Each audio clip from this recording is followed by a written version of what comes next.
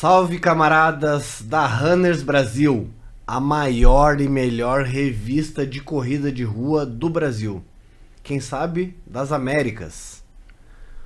Bom, eu aqui, Darlan Souza, editor-chefe da maior revista de corrida de rua do Brasil, tenho a honra aqui de receber então um grande amigo, um grande camarada, um conhecido de longa data. Fez algumas provas comigo e desbravou o Brasil e até fora do Brasil eu já encontrei ele em algumas maratonas. Ele tem viajado o mundo, corrido provas não somente aqui no Brasil, provas extraordinárias, fantásticas, a gente vai falar sobre isso, mas ele também tem desbravado a caminhada. Seja muito bem-vindo, Domingos Ferronato. Prazer estar aqui no programa de vocês. Bom dia a você e bom dia a todos. Domingos, eu te conheço de longa data e hoje por isso eu vou te passar um café aqui, um café especial, meu café aqui, o Piu Café eu vou te passar, mas pra gente bater um papo bem leve aqui.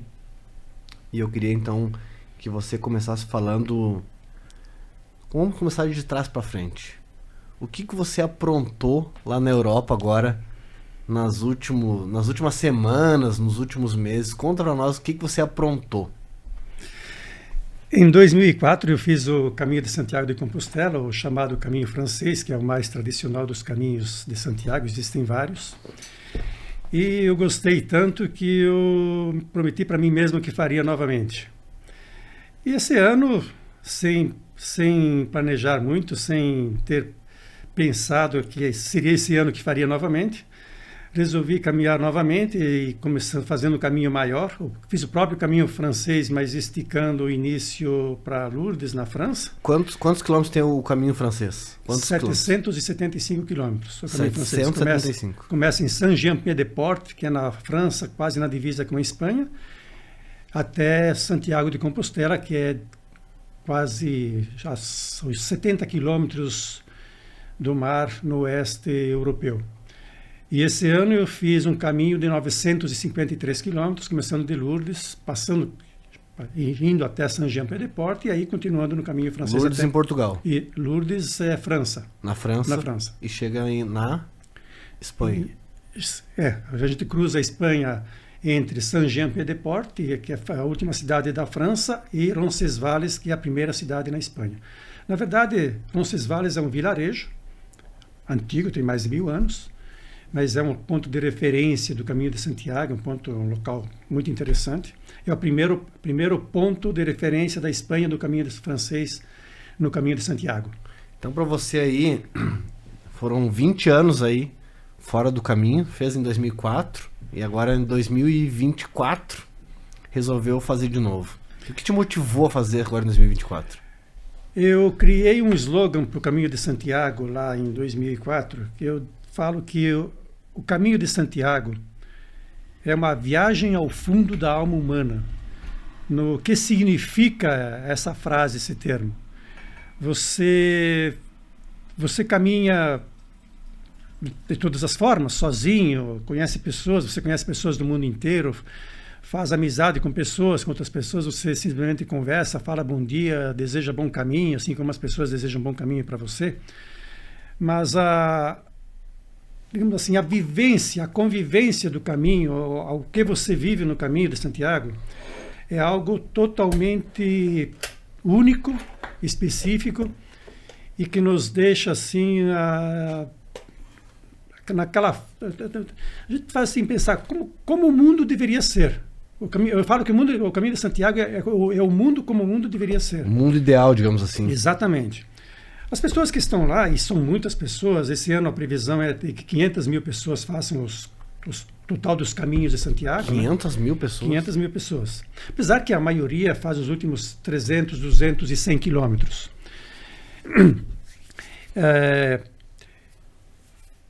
Então, as pessoas, embora esteja uma quantidade enorme de pessoas, as pessoas acabam caminhando sozinhas, consigo próprias. E isso faz pensar, viver a história.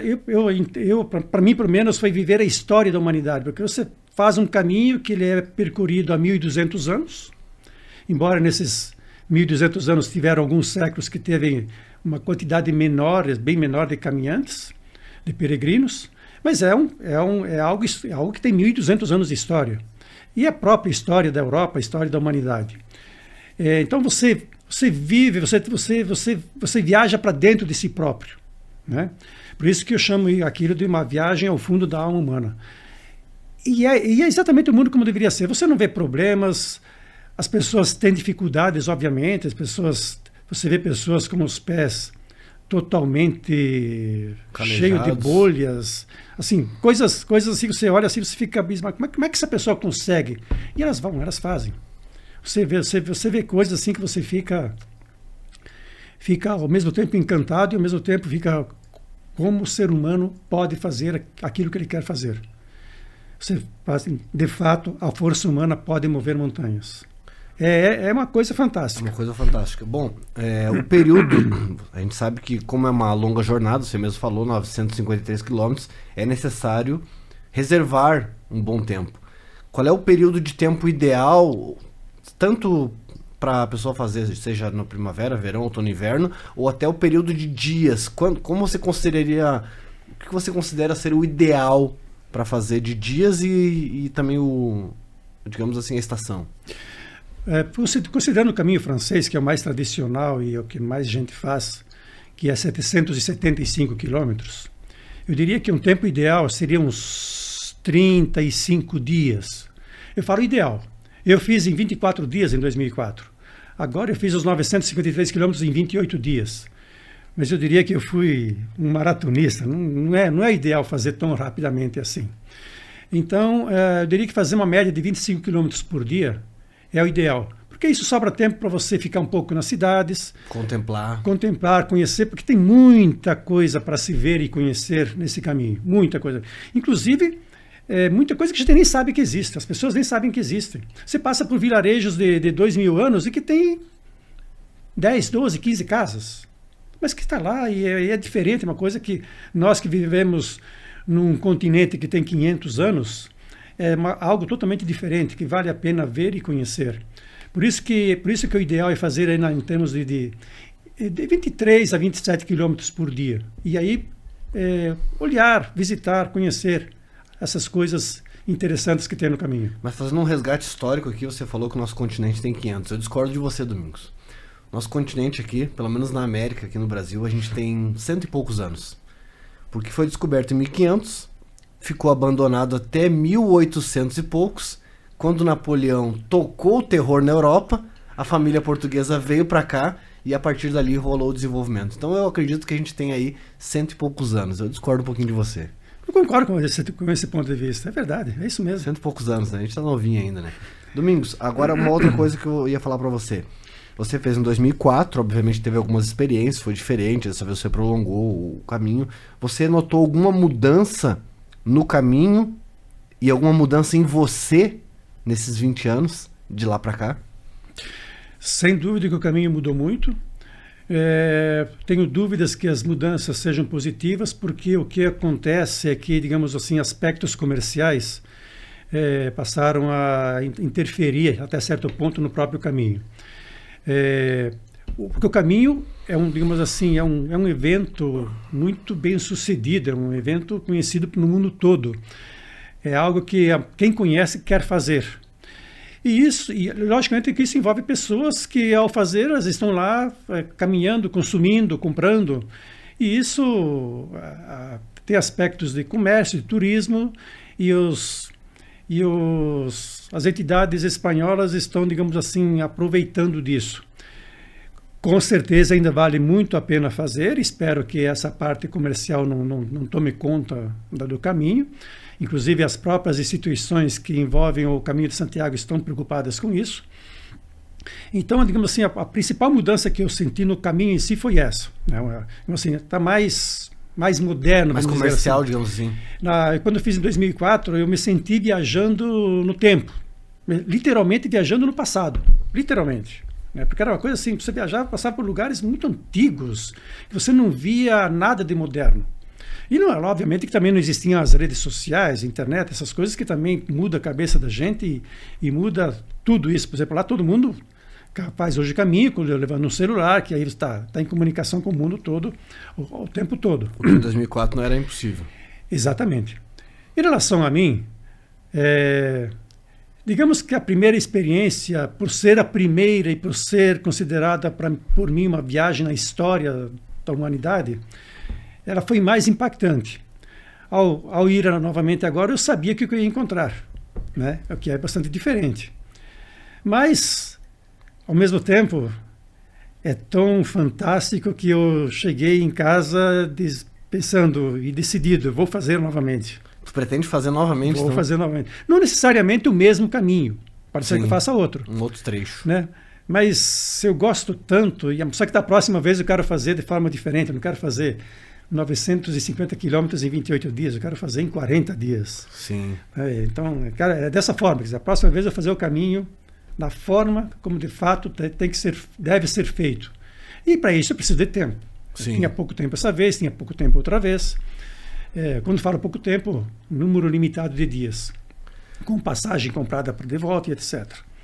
Então, da próxima vez eu vou fazer de uma forma mais calma, tranquila, sossegada, para viver e conhecer mais. Vocês são conhecidos como romeiros, quem faz, peregrinos, como é que se auto-intitulam quando estão participando? As pessoas são chamadas de peregrinas. Peregrinos. E uma coisa muito importante, as pessoas, quem não conhece, associa isso a aspectos de religião. Foi lá pagar promessa, foi lá... E, na verdade, não é nada disso. Algumas pessoas até fazem nessa pressa, com esse contexto. Mas eu diria que o Caminho de Santiago que é uma viagem para se conhecer e viver a própria espiritualidade. E cada um vive o seu caminho, faz o seu caminho. Na primeira vez, por exemplo, muita gente me perguntou, por que você vai fazer? Eu não tinha uma resposta exata para dar, uma resposta concreta. Não sabia responder, mas tinha vontade de fazer.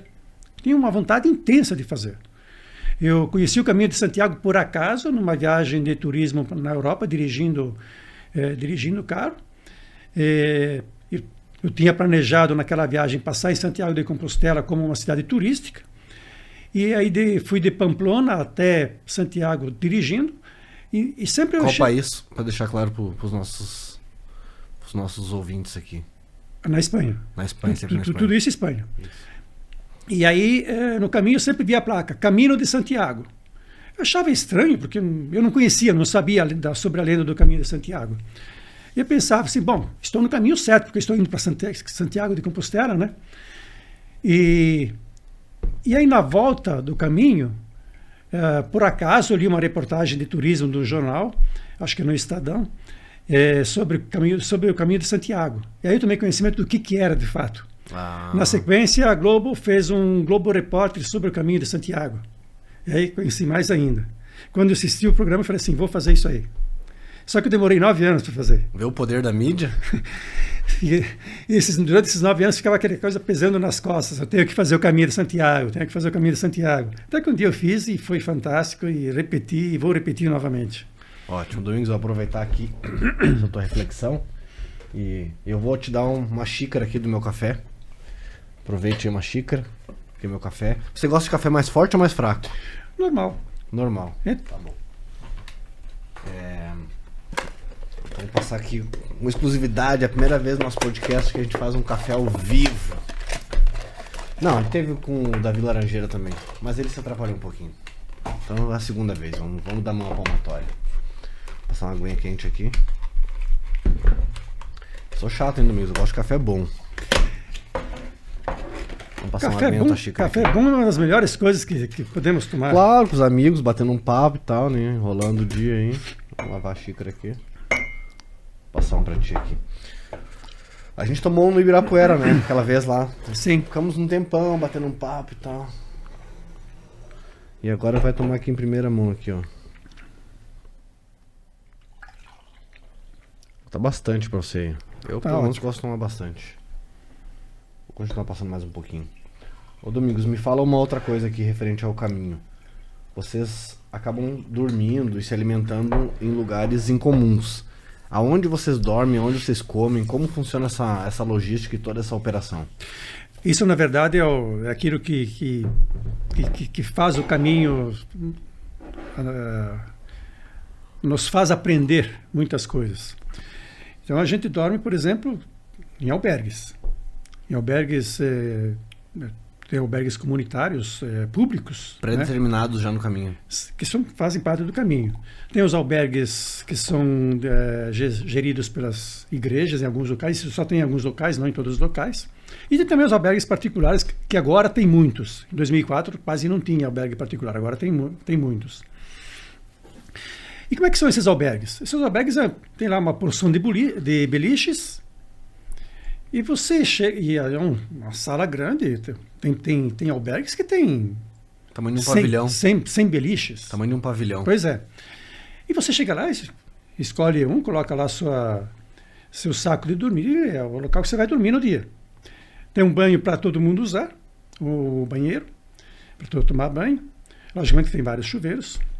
Ou seja, uma coisa muito simples, muito assim, comum. E a gente convive com esse tipo de situação no caminho e não tem problema nenhum. E paga ou são grátis? Como é que funciona? Normalmente custa aí entre 11 e 15 euros. À noite. Agora, em 2024. Tem alguns que não tem tarifa e você faz um donativo, dá quando você quiser. Faz uma doação. Isso. Então assim, você leva a tua vida numa mochila. Você carrega uma mochila nas costas e lá está tudo que você vai usar no período que você fizer o caminho. Se for 1 mês, 2 meses, não importa. Então é uma situação de vida assim muito simples. E você lá descobre que você pode viver bem dessa forma, né? Então são essas experiências e as pessoas que você conhece e convive, as histórias que você ouve, que faz com que seja uma viagem na história da humanidade, né? Porque essa forma como você se hospedar é milenar. Sim. Sempre foi assim. Sim. Né? Há 1000 anos, quando as pessoas faziam isso, encontravam lugares assim para se hospedar. Então, e todas as pessoas convivem bem, estão lá com o mesmo objetivo, com a mesma intenção, com a mesma... Existe muita generosidade, muita ajuda no caminho entre as pessoas. Ou seja, se você começar a perder a fé na humanidade, faça o caminho de Compostela. Você vai vir renovado. E a alimentação, Domingos? Vocês acabavam comendo o quê? Aonde? Como é que funcionava? Existe toda uma estrutura de atendimento no caminho, né? Então, em todos os lugares que você passa, por mais pequeno que seja, sempre vai ter pelo menos um lugar para você comer, um restaurante pequeno, padaria, bar. Já eles costumam chamar bar e restaurante, que é tudo. Um bar e restaurante. E aí existe, em geral, o chamado prato do peregrino, que são... Você tem opções, né? Tem um prato de comida, entrada, prato principal e uma sobremesa, e uma bebida para você escolher entre água, refrigerante, vinho, e em alguns lugares tem também uma cerveja. Você escolhe qual que você vai consumir. Também por aí vai de 10 a 15 euros, 10 a 14 euros, né? Então você vai gastar aí entre comida e tem o café da manhã também que você vai tomar, né? Você vai gastar aí na faixa de 35 a 50 euros por dia. Por dia. Dependendo da forma como você, como quiser você conduz isso, né? 30 a 50 euros aí. Então, muito bom esse café. Mais ou menos. Pô, muito obrigado aí, Domingos. É o nosso café, o café especial, Pilco Café. A gente explica aqui a diferença de um café de qualidade, um café que realmente traz saúde e sabor, né? Então, se você quiser açúcar também, não recomendo tomar açúcar, mas tem gente que gosta de tomar açúcar, tem açúcar aqui também. Tá ótimo.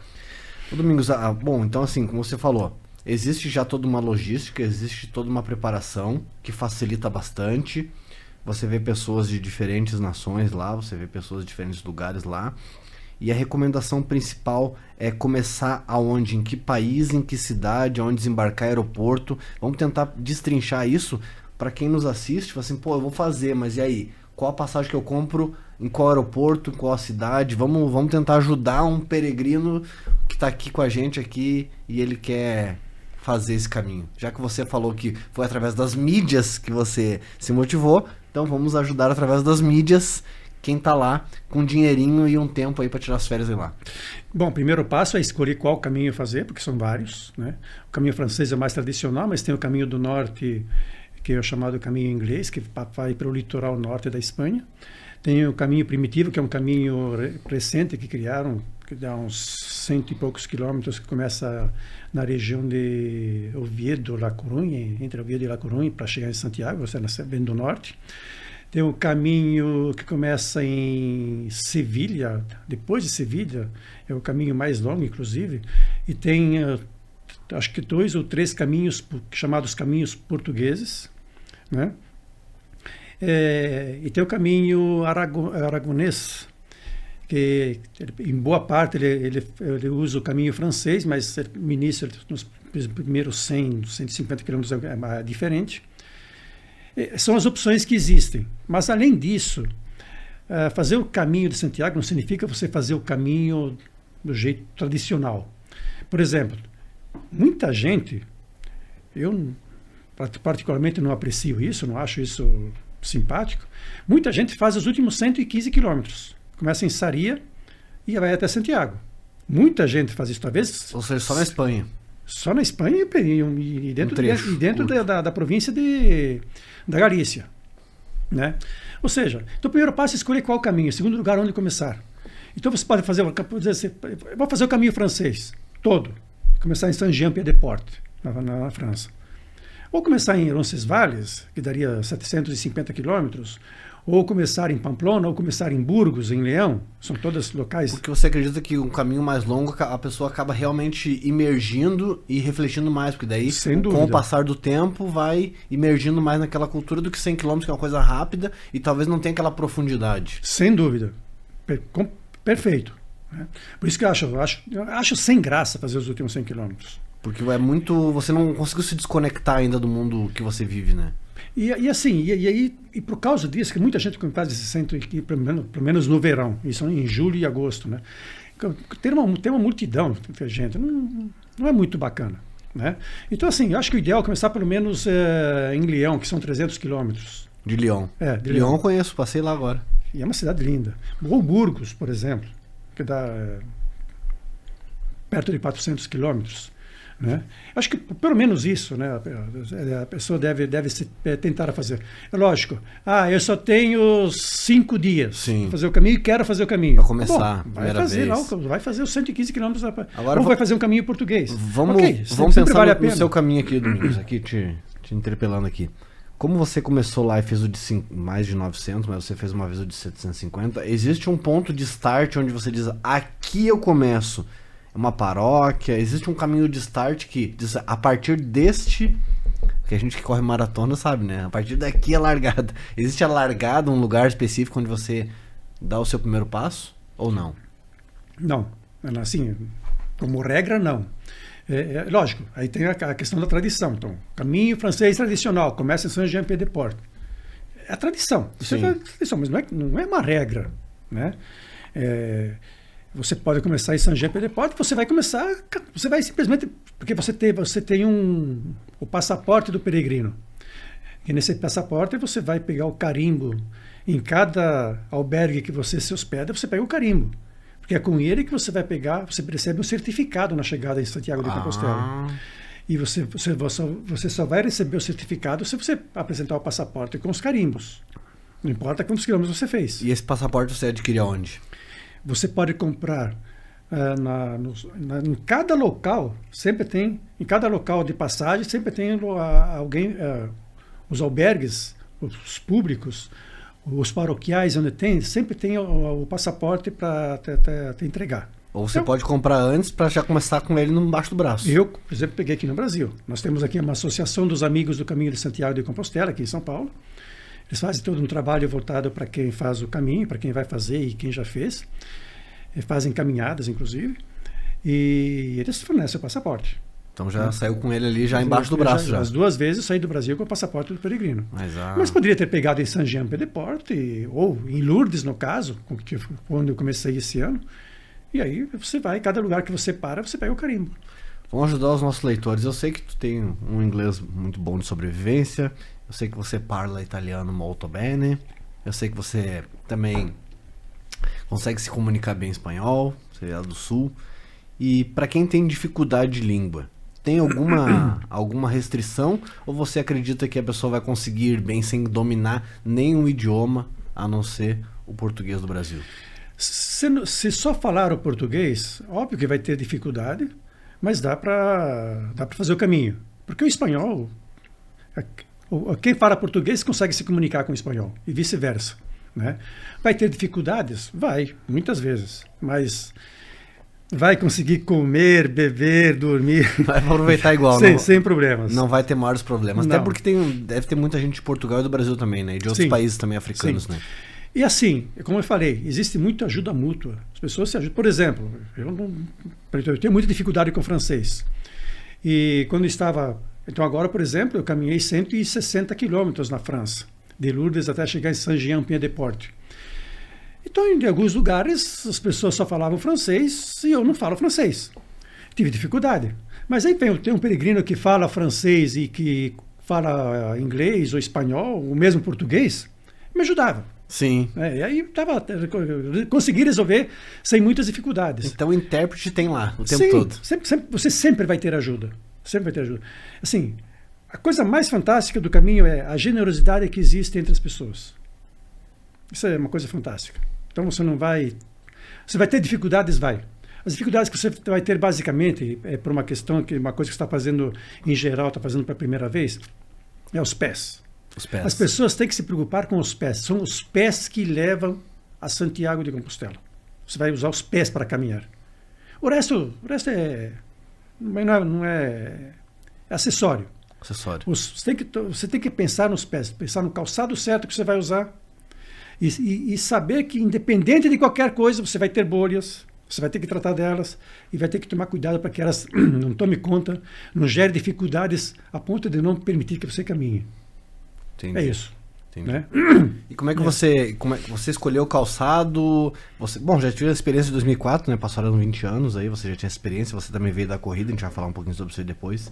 Mas como é que você conduziu isso? Você escolheu um tênis, levou mais de um tênis, quantos pares gastou, você revezava? Me fala a tua experiência de pés e tênis nessa situação aí. A primeira vez que eu fiz, em 2004, era muito recomendado não fazer a caminhada de tênis.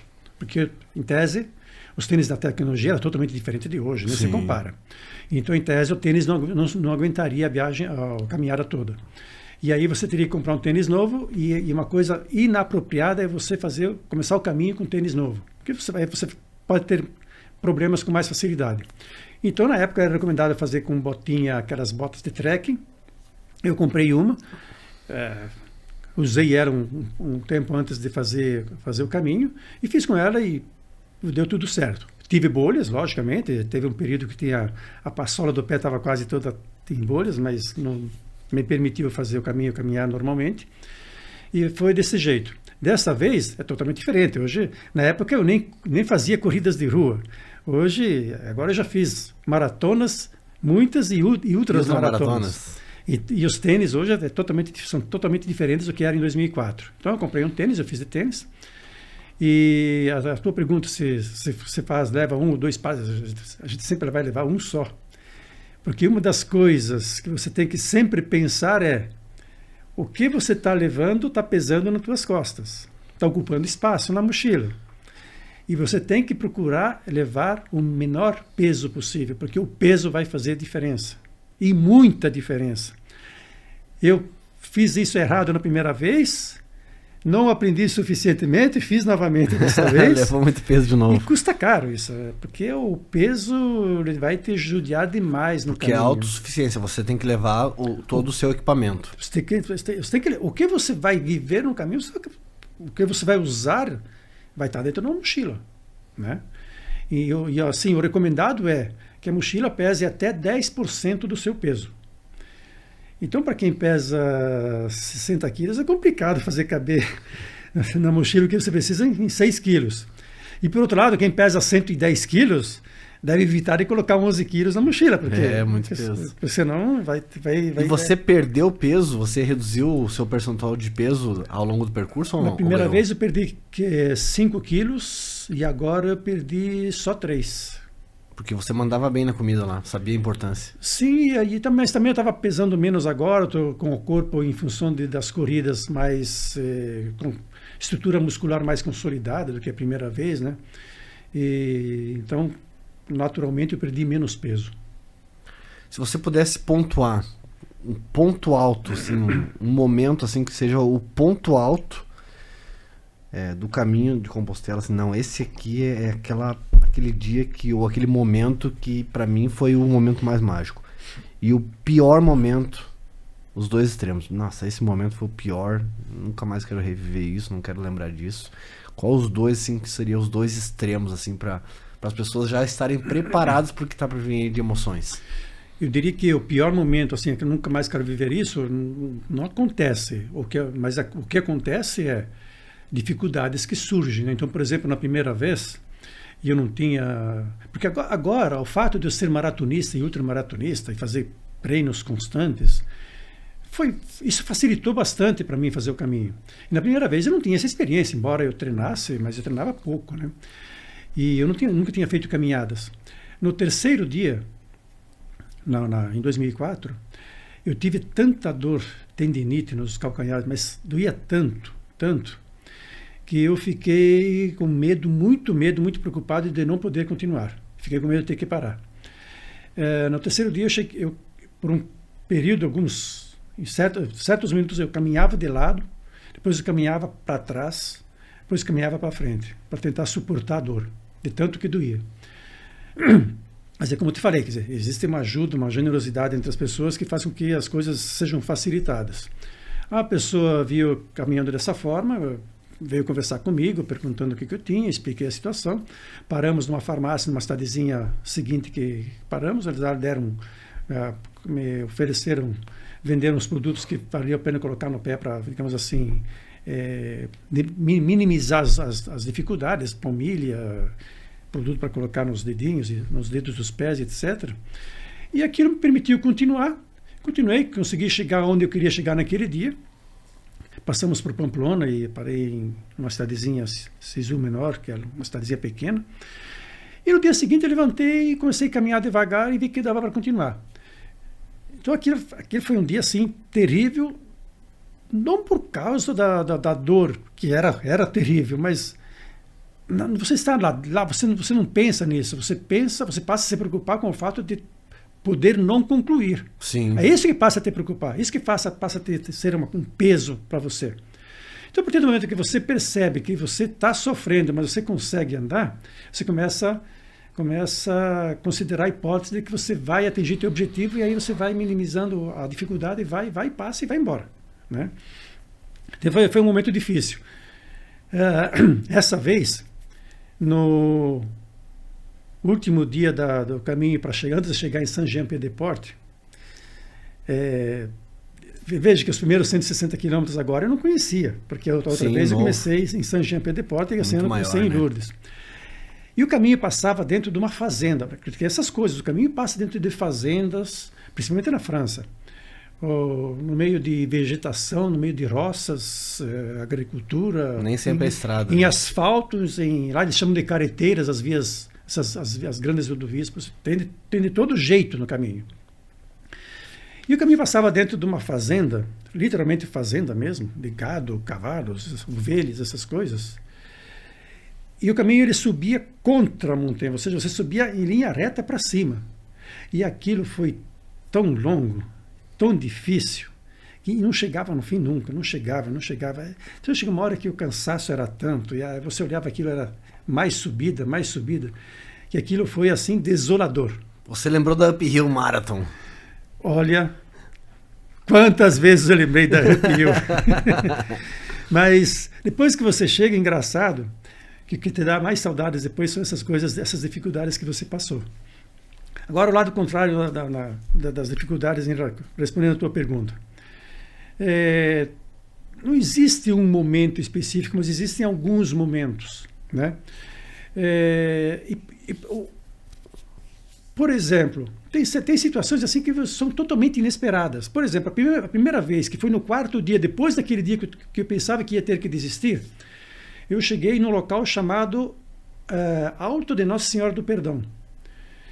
E o que é esse local? Esse local é um local alto, que você caminha uma subida de uns 4 quilômetros, e você chega lá em cima, tem uma série de imagens de peregrinos feitos em latão, aço, latão, alguma coisa assim, colocados lá em cima num local alto, um conjunto de imagens, né, que significam o significado de peregrinos, fazendo tudo assim, inclusive alguns a cavalo, né, mas mais simbolizando aquela coisa antiga da Idade Média, né. E eu não sabia naquele dia, não estava informado que eu ia passar por lá naquele dia. Eu sabia que existia, mas não sabia, não estava esperando chegar lá. Isso foi no 4º dia. No dia posterior, um dia que eu estava com muito medo de ter que desistir. Eu cheguei lá em cima e aquilo me deu uma emoção, me deu aquela coisa assim, do nada. Eu não esperava chegar, de repente eu cheguei naquilo, fiquei paralisado no meio daquele conjunto de imagens. Eu fiquei lá parado, extasiado, uma coisa assim. Aquilo ficou marcante, ficou marcado para mim, né? Então, em geral, o que mais te deixa assim, uma forma emocionado, feliz, coisas, conjunto dessas emoções, são coisas que você não espera que você encontre, que você vê, né? Surpresas. Surpresa, exatamente, né? Agora, essa vez, por exemplo, aconteceu algumas vezes isso, e não foi tão emocional como foi nesse momento específico que eu falei, e outra vez teve outros casos, né? Depois eu vou falar um exemplo específico da força humana. Teve vários casos de situações onde eu não lembrava que eu tinha passado outra vez. Eu passei aqui, mas só que eu não lembrava mais. Falei, olha, e aí fica aquela coisa que os olhos brilham, as lágrimas caem. Uma coisa, um parênteses aqui, uma coisa que não tem como não acontecer com qualquer pessoa. Qualquer pessoa que vai fazer o caminho, pelo menos que faça aí pelo menos de 300 quilômetros para cima, que viva o caminho de fato, vai chorar no caminho. Atenção, hein? Vai chorar no caminho. O cara é machão, é forte, vai chorar no caminho. Vai se emocionar a ponto de chorar. E assim, motivo qualquer. Não tem. Mas por quê? Por que isso? Por que não? Porque é emocionante. É emocionante. Né? Um exemplo que acho que vale a pena relatar. Por exemplo, na outra vez, num determinado dia, eu estava caminhando numa estrada de terra, poeirenta, e lá longe eu olhava, eu tinha a visão de onde o caminho que eu tinha que passar. E era um dia de muito calor, eu fui em julho, alto verão europeu. E era já, sei lá, 1, 2 horas da tarde, um calor do cão. Na Espanha faz muito calor no verão. E eu enxerguei lá longe uma subida grande no meio do mato. Era floresta dos dois lados, mas dava para enxergar claramente a estrada e tinha que passar por lá. Eu falei, meu Deus, eu ainda estou aqui, vou ter que caminhar até lá e vou ter que subir tudo aquilo. Aquilo foi desanimador na hora, assim, né? E eu estava sozinho, não tinha ninguém caminhando comigo naquele momento. E fui caminhando. Fui caminhando, cheguei, subi o morro, desci o morro, cheguei na cidadezinha, que era Los Arcos, a cidade seguinte que foi onde eu posei naquele dia. E na hora engraçado que eu pensei isso, na hora que eu tive a visão daquele morro lá que eu teria que subir, e na hora que eu subi, não lembrei disso. Eu subi normalmente. Sim. Difícil, logicamente, tem dificuldade, você vai ter dificuldade, mas eu não lembrei que lá atrás eu tinha visto aquele morro, tinha tido a visão dele e que achava que era uma coisa, uma dificuldade que eu tinha que superar. Então são as coisas assim que você depois lá você descobre, falei, caramba, como a gente consegue fazer facilmente qualquer coisa difícil, que parece difícil, né? Claro, né? Domingos, é muito difícil de a gente resumir, né, uma jornada dessa, uma experiência dessa, que você, como você falou, demora aí 30 dias. É muito difícil de resumir em menos de 1 hora aqui no nosso podcast. A ideia aqui é dar, digamos assim, um drops do que é, para as pessoas buscarem mais informações e você relatar um pouco dessa experiência. Mas aproveitando aqui, uma curiosidade que outros podem ter. Nós podemos fazer esse caminho correndo, né? Por exemplo, ficar mais de um dia na mesma cidade e tal. E também se a gente pode fazer pedalando. É possível? Muita gente faz pedalando, Esse ano eu vi muitos ciclistas fazendo de bike, muitos mesmo. E vi uma porção de maratonistas correndo, fazendo, no caso a intenção é fazer uma maratona diariamente, né? Vi vários atletas correndo, fazendo como provas, não provas de maratona, mas fazendo caminho maratonando. Correndo, maratonando. Né? E aí o conceito é fazer uma maratona por dia. Então conheço uma brasileira que fez isso também. Fez isso correndo, então. A Aldara é uma atleta ultramaratona, é espetacular. Ela fez, acho que foi no ano passado. E uma outra coisa que eu ia perguntar para você. Você fez o caminho, você ganhou um certificado, como você falou, e o seu nome fica registrado em algum lugar ao longo da história disso ou não? Ou fica só para você? Eu recebi um certificado e lá é registrado que eu recebi o certificado, o nome, Domingos Veronato e tal. Fica registrado lá nos... Se eu buscar lá, você não inventou, né? Tá lá, então. Sim, sem dúvida. E engraçado que o certificado é escrito em latim. Latim. Olha que bacana. E aqui no Brasil ele começou cerca de que ano? Que é a primeira vez que os brasileiros começaram a participar? Não sei exatamente. Não sei essa resposta, mas com certeza já fazem muitos anos. Faz muitos anos. Sim. Quando eu fiz em 2004, por exemplo, já era tradicional, que tinha associação que já tinha muitos anos. Você não me Se respondeu. eu fosse, assim, eu vou dar um chute aqui, né? Imagino que seja algo como uns 40 anos, talvez o primeiro brasileiro que fez, mas estou chutando. Vamos buscar essa informação. Uma outra coisa, Domingos, ainda dentro do caminho de Compostela, você falou que pode ser feito de várias formas, de várias cidades. Existe um período melhor para fazer, pior, ou ele pode ser feito o ano todo, quando a pessoa puder? É totalmente inconveniente, vamos dizer assim, fazer de dezembro a fevereiro, por causa do inverno europeu. É rigoroso. Boa parte passa pelo norte da Europa e aí é coberto de neve, né? Então, inclusive muitos dos albergues públicos ficam fechados no inverno, né? Muitos albergues funcionam de abril a outubro, outros de março a novembro, né? Então é muito inconveniente fazer de dezembro a fevereiro. Dá para fazer? Dá, possível não é proibido, mas a pessoa tem que ser muito aventureira, muito maluco. Melhor tá? não. E aí, tirando o período inconveniente, aí depende quem gosta mais do frio ou do calor. Eu gosto do calor. Sim. Então, a outra vez eu fiz em julho, essa vez eu fiz em junho, mas passei frio. Em função também que esse ano o tempo está muito diferente, né? Então, por exemplo, junho lá já entra o verão europeu, mas peguei frio várias vezes, né? Então, para mim, por exemplo, o ideal para mim é fazer em julho, porque eu gosto de calor, não gosto de frio. Para quem gosta de frio, maio é um mês ótimo, setembro um mês ótimo, outubro um mês bom também, para quem gosta de frio. Ótimo. Né? Mas eu diria assim, que o ideal é de abril a outubro, não saindo disso. Bom, a gente sabe que em alguns países existem restrições, né, para a gente ingressar, que precisa de visto.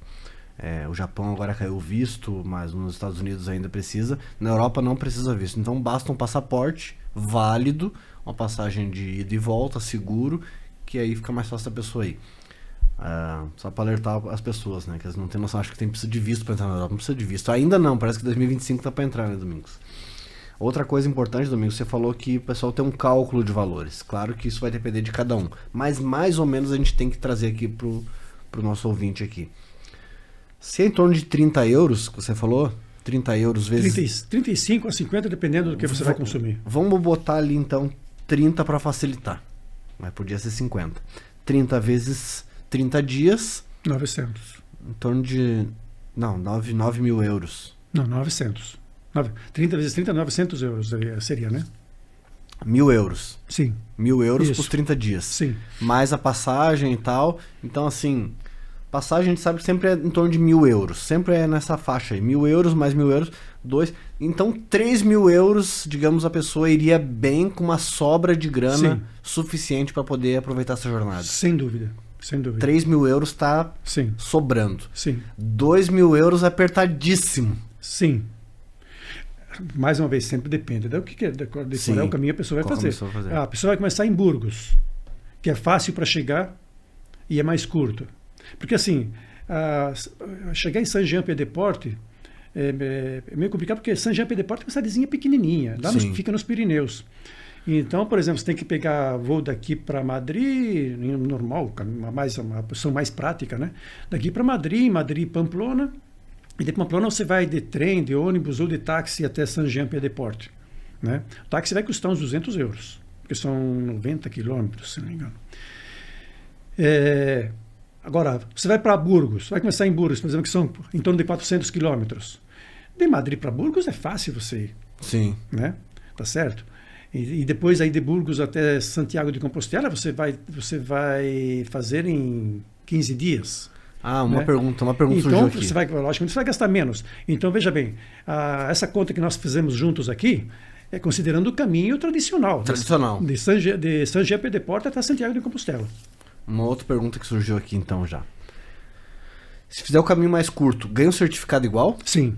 Não, independente da distância. O certificado não identifica qual caminho você fez. O importante é que você fez. Exatamente. Em algum trecho. Exatamente. Você só tem que comprovar que você passou e que você tem os carimbos. Só isso. Não, ótimo. Então, isso aí fica... Porque a pessoa pode fazer um ano, você vai estar começando, faz um caminho mais curto, vai se adaptando, e aí depois você vai ganhando quilometragens. E uma outra situação, menores e famílias, por exemplo, casais, crianças, é recomendado? Você viu? Como é que funciona isso?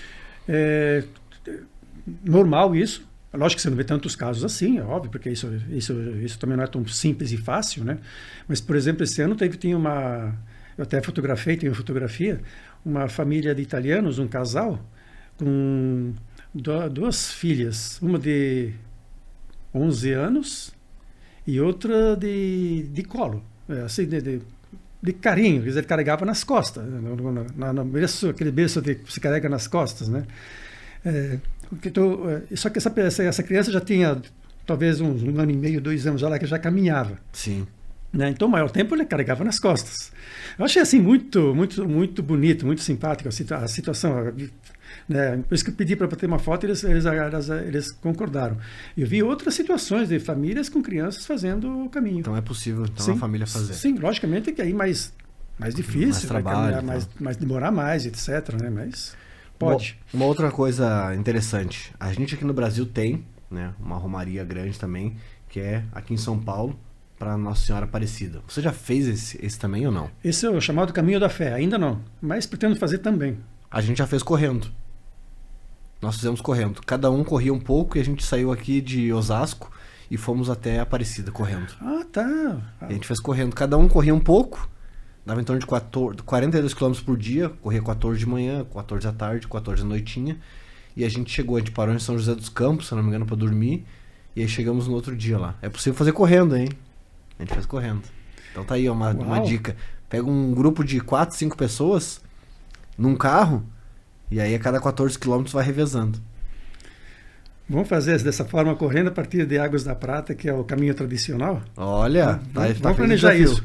Vamos planejar isso. Quem organiza, inclusive, é o Laerte. Ele intitulou de Ultramaratona da Fé. E aí ele estimula as pessoas a fazerem esse caminho correndo. Esse caminho está ficando muito popular. Muita gente está fazendo esse caminho. O caminho da fé. Até uns anos atrás era mal conhecido. Eu conhecia porque a partir do momento que você faz o caminho de Santiago, você começa a prestar atenção nessas coisas. Eu conhecia por causa disso, mas raramente ouvia falar. Agora, muita gente está fazendo. Cada vez mais pessoas estão fazendo esse caminho da fé. Então, o caminho tradicional dele vai de Águas da Prata até Aparecida, que dá em torno de 400 quilômetros. Bacana, é longo. Vamos falar de corrida? Vamos falar de corrida. Domingos, tu é um cara que já fez várias maratonas, mas conta um pouquinho do teu início na corrida, rapidamente para nós, e na sequência eu queria que tu falasse qual foi a tua primeira maratona. Onde é que tu começou na corrida de rua? Como é que surgiu isso na tua vida?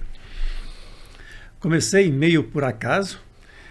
Eu costumava fazer treinos de qualidade de vida no Ibirapuera, isso até 2005. O que é um treino de qualidade de vida? Um treino você vai lá, corre 4, 5, 6 quilômetros, faz uns exercícios. Na época tinha uma pista de Cooper no Ibirapuera que tem exercícios para você fazer além da pista de Cooper. E eu treinava lá. Fazia isso 2, 3, 4 vezes por semana. Era o que eu fazia. Que ano mais ou menos? Isso dos anos 80 até 2005. Fiz basicamente isso. Tu é raiz, hein, dos anos 80. Sem dúvida. Aí em 2005, a Nike fazia uma prova aqui em São Paulo, na USP, de 10 quilômetros. Era prova de merchandising, de marketing, etc. A volta da USP? Basicamente era a volta da USP. Não era exatamente a volta da USP, mas era dentro da USP. E aí eles colocaram uma porção de outdoors na rua, com frases muito bem humoradas. Você lia as frases e dava risada, né? E aquilo me chamou a atenção e falei, vamos escrever nisso aí. E eu pensava que eu não iria conseguir correr os 10 quilômetros, né? Eu treinava 4, 5, 6 quilômetros. Correr por tempo na época. Pois é. E aí eu comecei, a própria Nike oferecia uns treinos na USP, aliás, no Ibirapuera, para quem tinha feito a inscrição. Eu fui lá, treinei. E falei, quando uns dias antes da prova, eu falei, não sei se eu vou conseguir terminar a prova. A treinadora falou, lógico que você vai, você está muito bem. E eu fui, fiz a prova, fiz em 42 minutos, os 10 quilômetros. E aí eu não sabia se aquilo era bom, se era um resultado bom ou ruim. No dia seguinte eu olhei o resultado e eu tinha ficado lá classificado entre os 300 melhores de 10 mil atletas. Eu falei, tá bom, né? Caramba! Aí eu gostei da brincadeira, gostei da experiência, me inscrevi na prova seguinte, que era uma prova de 10 quilômetros também aqui na região do Parque do Ibirapuera. Em São Paulo. Em São Paulo. E na sequência já me inscrevi para São Silvestre. A famosa São Silvestre, né? Então veja, fiz a primeira corrida no início de novembro, fiz a segunda no final de novembro, as 2 de 10 quilômetros, e já me inscrevi e corri a São Silvestre. Poxa, ali já certificou um corredor nato. Aí, a São Silvestre não era tão badalada ainda como é hoje, mas já era uma corrida muito conhecida, né? E aí eu corri, gostei, e aí em abril do ano seguinte eu já estava correndo meia maratona. E aí com o resultado da meia maratona, eu descobri que eu poderia, a Corpore, que era uma instituição de corredores que existia aqui em São Paulo na época, ela organizava uma porção de corridas aqui na capital todos durante o ano. Ela fazia uma classificação para sair na elite, para quem tinha uma determinada performance. E a minha performance estava tão boa que me permitiu alargar na elite. Que fase, hein, Domingos? E aí tudo isso motivou muito, me incentivou, e aí eu me inscrevia em todas as corridas deles, eles faziam acho que umas 10 corridas por ano. E eu comecei a me inscrever em outras corridas também, mas sempre corridas curtas, no máximo de meia maratona. Calma aí, e quando é que você entrou na maratona então? Eu fui correr a primeira maratona em 2010. Foram 5 anos de base, sim, de provas menores. Sim. E a maratona foi assim, muito por acaso. Eu não passava para minha cabeça correr maratona. Achava aquilo, nossa, imagina, correr 42 quilômetros. Não cabia na minha cabeça. Achava que tinha que treinar muito, me esforçar muito.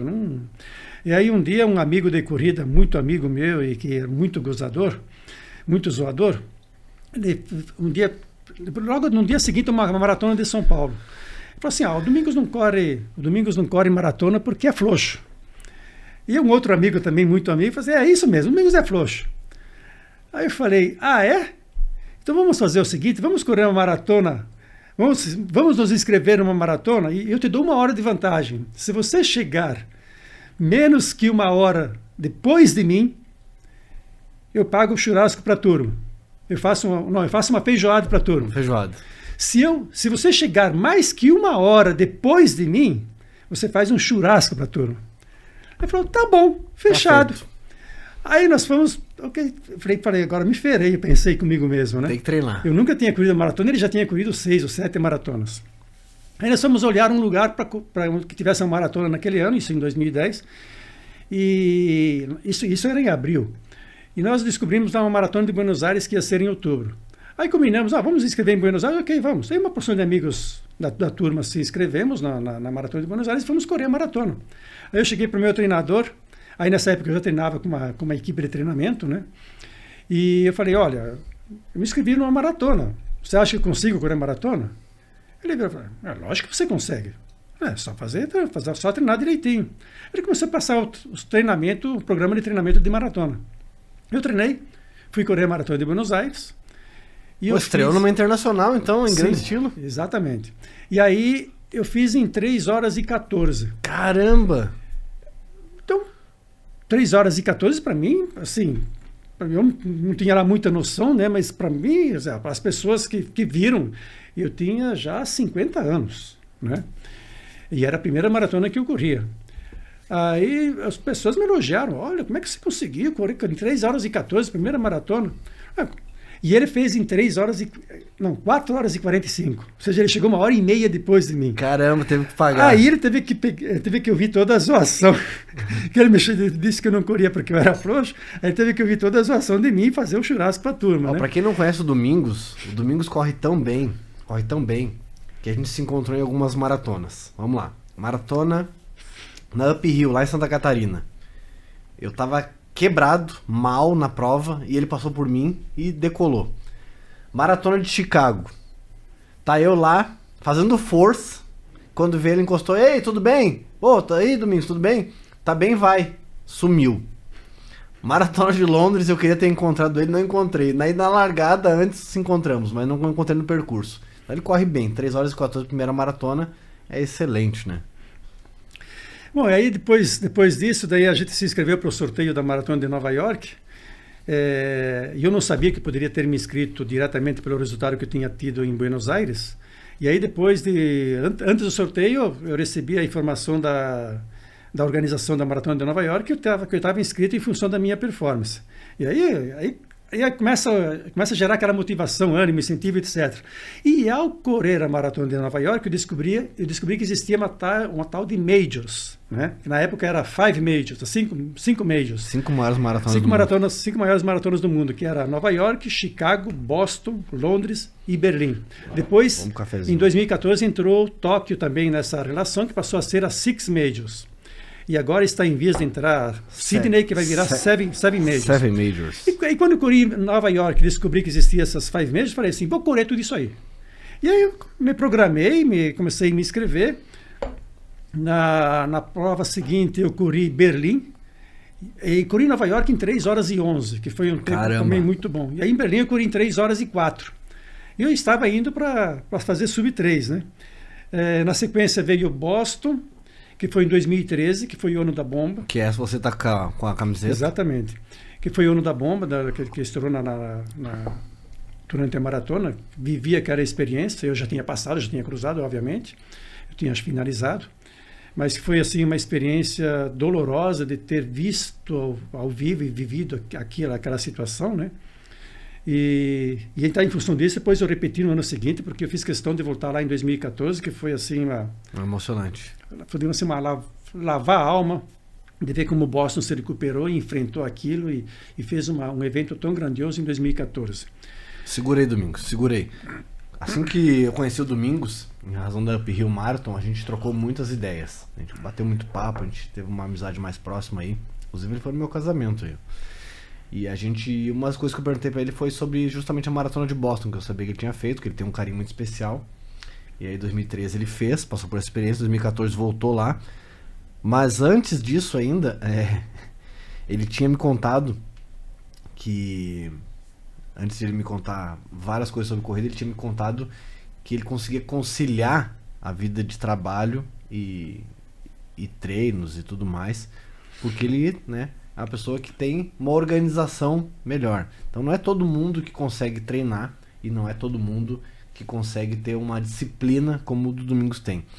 Então, antes de a gente avançar para outras maratonas, Domingos, me conta sobre essa tua organização relacionada ao teu trabalho e aos teus treinos, porque as pessoas querem entender isso, porque nem todo mundo consegue. Como é que é a sua rotina? Na verdade, é difícil, mas não é tão difícil assim. Tem que ter disciplina. Esse é o termo, né? E tem que ter foco. Sem foco não se faz essas coisas.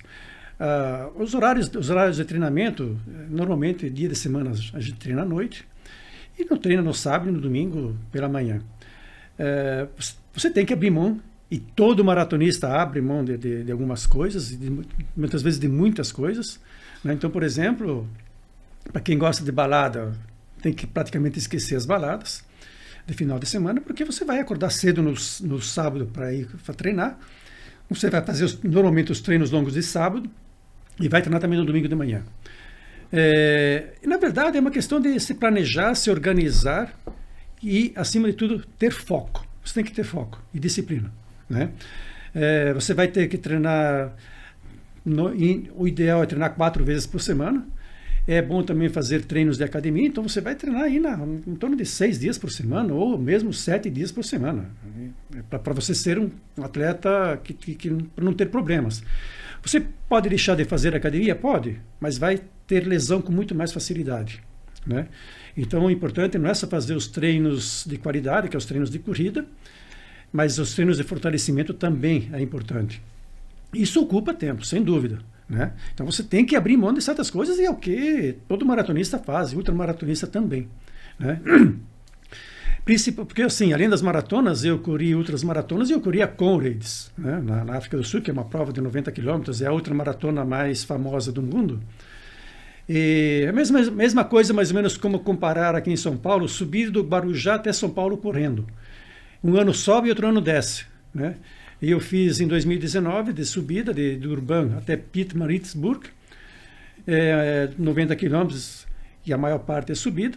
2019. Então imagina quanto você tem que treinar para fazer uma prova dessas. E eu fiz os treinos de forma correta. Inclusive, um dos treinos do Domingos eu corri com ele na USP, porque tinha que correr 60 quilômetros. Eu falei, 20 contigo eu vou.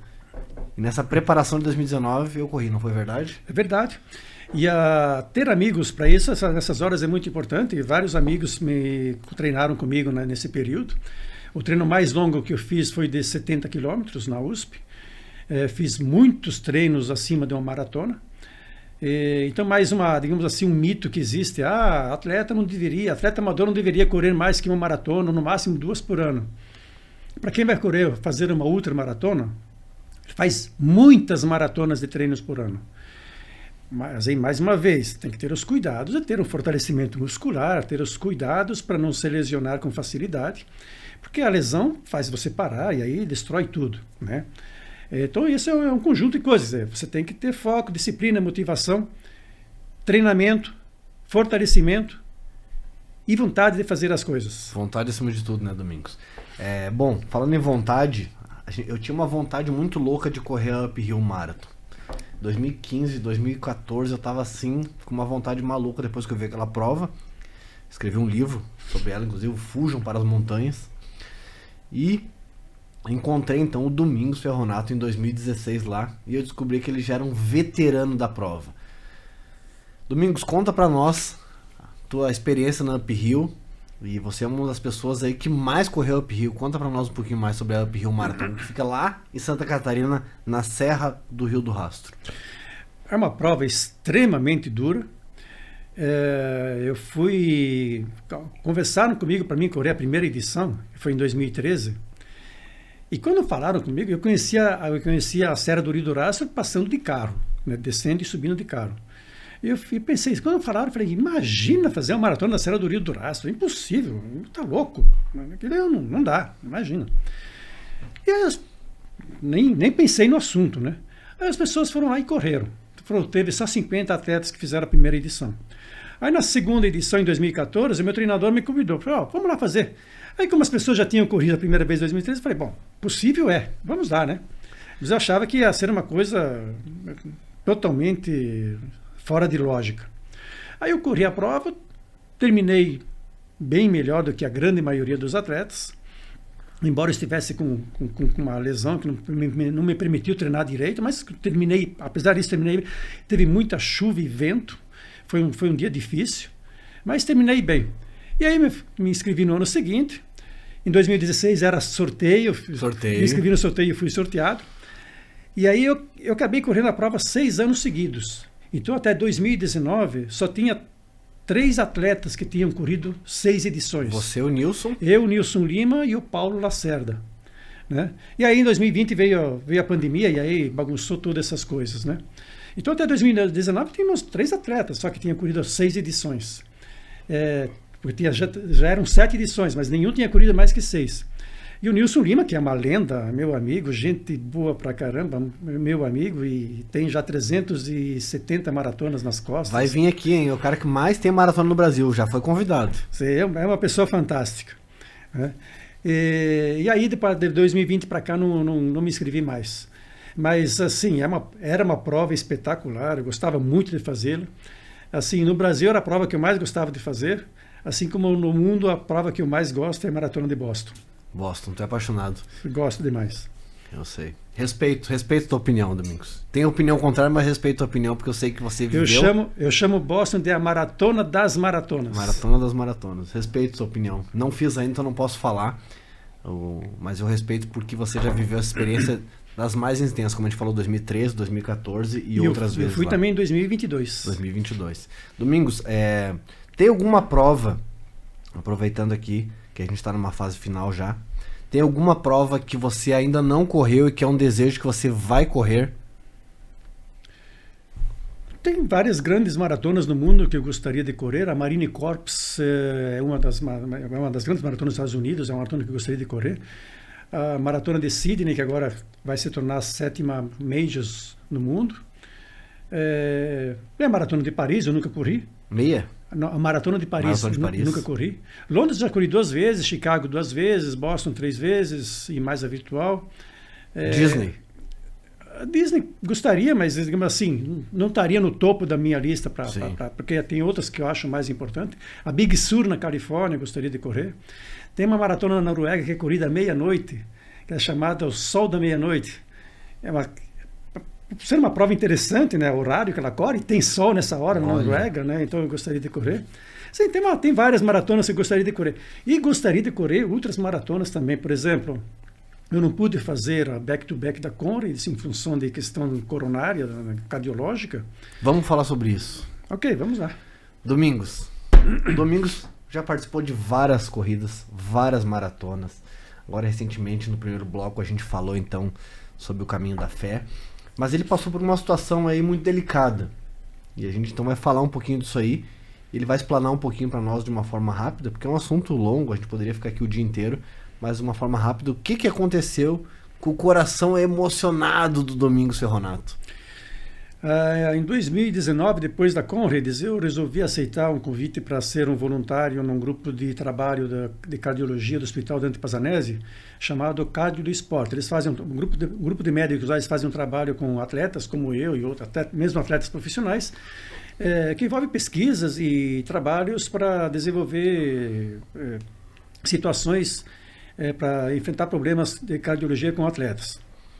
E lá, por acaso, descobriram que eu tinha um entupimento numa coronária. E aí eu tive que colocar 2 stents. Foram colocados 2 stents na época, isso em novembro de 2020. Depois, aí, a partir disso, eu passei a fazer um tratamento e no ano passado, em março do ano passado, tive que colocar aí, através de consultas particulares que eu fiz em outro hospital, eu descobri que tinha mais um entupimento, mais uma placa na coronária e tive que colocar um terceiro stent. Então, em função disso, em 2023 e 2024, não corri nenhuma maratona. Mas espero, amanhã ou depois, poder retornar a correr as maratonas, porque é algo que eu gosto muito, faz bem e é divertido e a gente tem motivo para viajar o mundo todo e isso é bom demais. Mas é algo que gostaria de chamar a atenção aqui de todos os atletas amadores, que é algo para se preocuparem e prestarem atenção nisso, né? Porque para mim foi descoberto por um tremendo acaso. Eu me voluntariei lá, eu faço isso. Quando eu desenvolvi minha tese de mestrado, eu escrevi sobre indústria farmacêutica, e lá eu descobri a importância da pesquisa e desenvolvimento, principalmente para a descoberta de medicamentos e curas de doenças. Então, sempre que eu posso, eu participo de pesquisas que envolvem essas coisas de melhoria na saúde das pessoas. E me voluntariei por causa disso.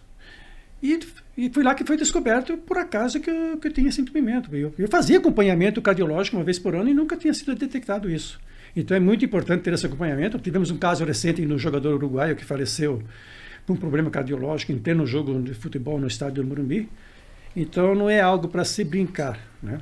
E eu espero resolver isso de uma forma adequada e voltar a correr maratonas, quem sabe ultramaratonas, quem sabe poder correr novamente a Conrads. Muito bacana. Bom, a gente sabe a importância da pesquisa científica, a gente sabe a importância de um elevado nível de excelência junto à pesquisa científica. Eu sou suspeito em falar disso, porque eu sou um estudioso, eu gosto muito. Eu fiz meu mestrado na USP, agora fazendo meu doutorado na USP. E acredito muito na questão da teoria com a prática, é a melhor forma de a gente buscar a excelência e a eficiência de todas as variáveis que envolvem o ser humano. Então fico muito feliz quando você vem e reforça essa ideia que a gente tem. Por outro lado, a gente fica muito triste quando as pessoas não buscam os exames cardiológicos. O Dr. Ricardo Stein, que é uma referência em cardiologia, está na nossa revista. O Dr. Ricardo Stein, que é lá do Sul, um abraço para ele. Ele sempre enfatizou a importância de exames cardiológicos anuais. Então fica aqui a nossa mensagem aí dessa importância aí. O Domingos teve essa sorte de participar então desse grupo de pesquisa aí do Hospital Dante Pazanese, que inclusive é um hospital com um braço na USP, e aí pôde então detectar isso e fazer esse tratamento adequado. Domingos, a gente espera que você melhore o quanto antes para você retomar. Você até me falou que se fosse chamado para uma Olimpíada de Paris lá na maratona, você faria. Sem dúvida, mas sem a menor sombra de dúvida, teria ido para a Olimpíada fácil. Mas a gente vai ter mais Se morresse na Olimpíada, ia morrer feliz. Morrer feliz, morrer atleta olímpico. Mas para nós aqui é muito difícil de a gente contar tudo que o Domingos já viu com corrida de rua. Nesse primeiro bloco a gente falou sobre o Caminho de Compostela. Temos só 1 hora de programa, mas a gente pretende aí fazer mais episódios e explanar um pouco mais disso. Mas de qualquer forma, Domingos, eu já te agradeço aqui a tua disponibilidade de vir aqui gravar com nós, da Runners Brasil. E fica à vontade aí para dar teus comentários finais, para a gente já encerrando o nosso programa. Eu agradeço o seu convite para participar desse podcast. Se eu posso deixar uma mensagem aqui para todos façam exercícios físicos, corram, não tenham medo de correr maratona. Todo mundo pode correr uma maratona, todo mundo pode correr ultramaratona, basta treinar para isso, basta se preparar para isso. Logicamente que muitos gostam, outros não gostam, outros preferem outro tipo de exercícios, ok, mas façam. Né? Faça exercícios que você possa fazer e que vocês gostem, ou se não gostarem, façam, porque isso faz bem. Correr maratonas pelo mundo é algo fantástico, porque você tem um motivo adicional para viajar, e viajar é tudo de bom. Tenho gostado muito dessa experiência, pena que eu fui descobrir que eu tinha uma ótima performance já numa idade fora de um período que pudesse competir de uma forma mais técnica, mais competitiva, mas de qualquer forma valeu muito a pena. Fiz muitos amigos, conheci muitos lugares em função disso, descobri que poderia enfrentar desafios que eu não imaginava que pudesse. Então, eu acho que só tenho motivos para estar feliz e agradecer pelas decisões que eu tomei em relação a isso. Bom, a prova disso é a sua idade avançada e você está conseguindo aí fazer caminhos longos. Você está com quantos anos? 32, né? 32 aninhos, né, Domingos? Eu tenho 66 anos, muito bem vividos,